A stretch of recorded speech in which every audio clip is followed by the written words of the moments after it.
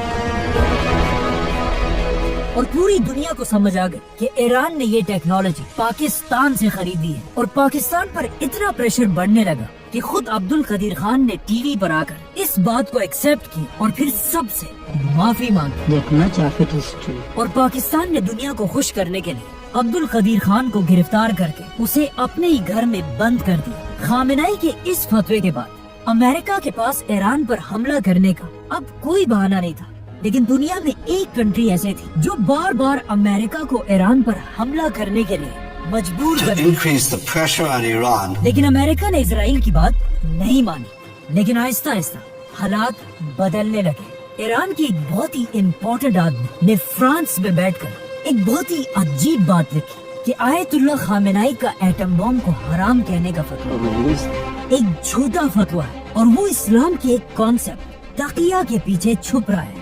اسلام میں تقیہ کا مطلب یہ ہے کہ کوئی بھی شخص اپنی جان بچانے کے لیے جھوٹ بول سکتا ہے۔ تو اس آدمی نے کہا کہ خامنائی نے ایران کے لوگوں کی جان بچانے کے لیے یہ جھوٹا فتویٰ دیا ہے، اور یہ شخص محمود مراد خان کوئی عام آدمی نہیں، خامنائی کی بہن کا بیٹا ہے، مطلب اس کا اپنا بھتیجا تھا۔ خامنائی کی بہن اور اس کا یہ بیٹا ایران میں اس کے سب سے بڑے دشمنوں میں سے ہے۔ انہی دنوں امریکہ کا بھی ایران پر شک بڑھنے لگا، جس کے بعد آخر 2009 میں امریکہ نے ایران پر بہت ہی سخت سینکشنز لگائے۔ اس گراف کو دیکھیں، امریکہ کے سینکشنز سے پہلے ایران کی اکانومی بہت تیزی سے اوپر جا رہی تھی، لیکن جیسے ہی امریکہ نے سینکشنز لگائے ایران کی پوری اکانومی بالکل بیٹھ گئی۔ امریکہ کے ان سینکشنز کے بعد ایران جیسی آئل اور گیس سے مالا مال کنٹری بالکل بینکرپٹ ہونے لگی۔ امریکہ کی مرضی کے بغیر ایران اپنا گیس پوری دنیا میں کسی کو نہیں بیچ سکتا، ایون اپنے قریبی ملک پاکستان سے ڈیل کے بعد بھی پاکستان ایران سے گیس نہیں خریدتا، اور ایران کی سستی گیس چھوڑ کر دور قطر سے LNG منگواتا ہے۔ یہ ایسا ہی ہے کہ کوئی کسی بڑے چودھری کے ڈر سے اپنے گھر کے پاس والی دکان کی چیزوں کو چھوڑ کر روز دور جا کر مہنگی چیزیں خریدتا ہوں۔ صرف 3 بڑی کنٹریز دنیا میں ایسی ہیں جو ایران کے ساتھ آج بھی بزنس کرتی ہیں، چائنا، رشیا اور انڈیا۔ آخر امریکہ کے ان سینکشنز کی وجہ سے ایران کے حالات اتنے خراب ہوئے کہ ایران کی گورنمنٹ امریکہ سے ڈیل کرنے کے لیے تیار ہو گئی، اور آخر امریکہ کے پریزیڈنٹ براک اوباما کے ساتھ ایران نے nuclear deal historic understanding with Iran. کہ ایران ایٹم بم نہیں بنائے گا، جس کے بدلے میں امریکہ ایران سے سارے سینکشنز ہٹا دے گا، Framework would cut off every pathway that اور ایران کی اکانومی دوبارہ سٹرونگ ہو جائے گی، جو دونوں ملکوں کے لیے ایک بہت بڑی کامیابی تھی۔ لیکن پہلے دن سے امریکہ میں ایک شخص ایسا تھا جو اس ڈیل کے سخت خلاف تھا، Donald Trump. I have really nothing better to do. اور ڈونلڈ ٹرمپ اس ڈیل کے اس لیے خلاف تھا کیونکہ امریکہ میں یہودیوں کا ایک بہت بڑا نیٹ ورک ہے جن کی سپورٹ کے بغیر امریکہ میں کوئی کچھ بھی نہیں کر سکتا. اسی لیے اپنے پہلے الیکشن جیتنے کے کچھ ہی عرصے بعد Constitution of the United States. Donald Trump نے ایران سے کی ہوئی ڈیل ختم کر United States will withdraw from the Iran nuclear deal. اور ایک بار پھر ایران کی اکانومی کمزور کرنے کے لیے ایران پر سخت سینکشنز لگائے These are the highest sanctions ever imposed on a country. جس سے ایران کی اکانومی ایک بار پھر تیزی سے گرنے لگی. لیکن آف کورس ایران بھی ایران ہے، وہ باقی مسلم دنیا کی طرح ڈر کر خاموش رہنے والا نہیں تھا. جیسے ہی ٹرمپ نے ایران پر پابندیاں لگا، ایران نے اپنا نیوکلیئر پروگرام دوبارہ شروع کیا. لیکن دوسری طرف ڈونلڈ ٹرمپ کو بھی سب جانتے کہ وہ دنیا میں اپنے علاوہ کسی کی بھی بدماشی برداشت نہیں کرتا. Bloody rampage is now. جب ایران نے امریکہ کی آنکھوں میں آنکھیں ڈالی، ڈونلڈ ٹرمپ نے انہیں سبق سکھانے کے لیے اچانک ایک دن ایک میزائل حملے سے ایران کے آرمی چیف قاسم سلیمانی کو اڑا دیا. Qasem Soleimani has been killed. یہ ایران اور اس کے عوام کے لیے بہت ہی بے عزتی کی بات ہے کہ کوئی اتنی آسانی سے پوری دنیا کے سامنے ان کے آرمی چیف کو مار دے، جس سے آہستہ آہستہ ایران میں امریکہ کے خلاف غصہ بڑھنے لگا. اور جیسے ہی سلیمانی کی موت کے بعد ایران میں نئے الیکشنز ہوئے. ایران کے اگلے الیکشنز میں ایک نیا پریزیڈنٹ آیا، ابراہیم رئیسی، جو ایران کا بہت ہی سخت پریزیڈنٹ تھا اور کسی حال میں بھی امریکہ اور اسرائیل کے سامنے جھکنے کے لیے تیار نہیں تھا. ابراہیم رئیسی کے پریزیڈنٹ بنتے ایران کا نیوکلیئر پروگرام دوبارہ بڑھنے لگا اور اس کے ساتھ ہی صدر بنتے ہی سب کو یہ بات کلیئرلی سمجھا دی کہ ایران اب امریکہ سے کوئی ڈیل نہیں کرے گا. اور اس کے ساتھ ہی انہوں نے اسرائیل کے خلاف لڑنے والے سارے گروپس کو فنڈنگ اور ویپنز بھیجنا شروع کیے اور انہی کے دور میں اسرائیل اور غزہ کی وار شروع ہوئی. لیکن ہم سب کو پتا ہے جب کوئی بھی لیڈر امریکہ اور اسرائیل کے خلاف اتنا اوپنلی بولتا ہے تو اس کے ساتھ کیا ہوتا ہے. President Raisi died when their helicopter crashed on. Raisi کے جانے کے بعد آج سے 1 سال پہلے ایران میں دوبارہ الیکشنز ہوئے جس میں ایران کی عوام نے ابراہیم رئیسی سے بالکل اپوزٹ لیڈر چوز کیا، جو ایک بہت ہی سافٹ اور کام انسان جس نے پریزیڈنٹ بنتے ہی سب سے پہلے اعلان کیا کہ ہم آج بھی آیت اللہ خامنائی کے اسی فتوے کے ساتھ مضبوطی سے کھڑے ہیں فتوای مقام اعظم رهبری. اور ایران کبھی بھی ایٹم بم نہیں بنائے گا. Nukes, they are not developing nukes. ساتھ ہی انہوں نے یہ بھی کہا کہ ایران امریکہ بلکہ پوری دنیا کے ساتھ ڈیل کرنے کو تیار ہے، از نظر اعتقادی شکی نداریم. جس سے بہت ہی سیکرٹلی آج سے کچھ ہی عرصہ پہلے امریکہ اور ایران کی دوبارہ ڈیل کے لیے میٹنگز ہونے لگی. لیکن اسرائیل کبھی بھی یہ نہیں چاہتا کہ امریکہ اور ایران کی آپس میں ڈیل ہو جائے اور اسرائیل ہر طرح کی کوشش کرنے لگا، جس کے بعد اسرائیل دوبارہ ایران پر جھوٹے الزام لگانے لگا. Iran has never given up its quest for nuclear weapons. کہ ایران 1 مہینے کے اندر ایٹم بم بنانے جا رہا ہے، It could be within a few months. جو پچھلے 25 سال سے کر رہا ہے. Iran has never given up its quest for nuclear weapons. It will be the first to achieve nuclear weapons. From there, it's only a few months, possibly a few weeks. Iran could produce a nuclear weapon in a very short time. An initial device within months. یہ کیسا atom bomb ہے جو پچھلے 25 سال سے 1 مہینے میں بننے والا ہے لیکن آج تک نہیں بنا. اسرائیل نے ایران پر یہ الزام بھی لگایا کہ ایران بار بار امریکہ کے پریزیڈنٹ ڈونلڈ ٹرمپ کو مارنا چاہتا ہے.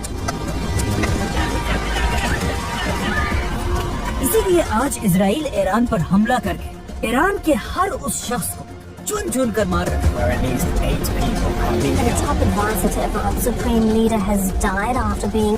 جو امریکہ کے ساتھ ڈیل کرنا چاہتے ہیں اور ان حملوں سے اسرائیل یہی کوشش کر رہا ہے کہ کسی طرح ایران غصے میں آ کر کوئی ایسا غلط قدم اٹھائے جس سے سپر پاور امریکہ ایران پر حملہ کر دے اور آج سے بہت سال پہلے بننے والے آیت اللہ خمینی کی حکومت ٹوٹ جائے.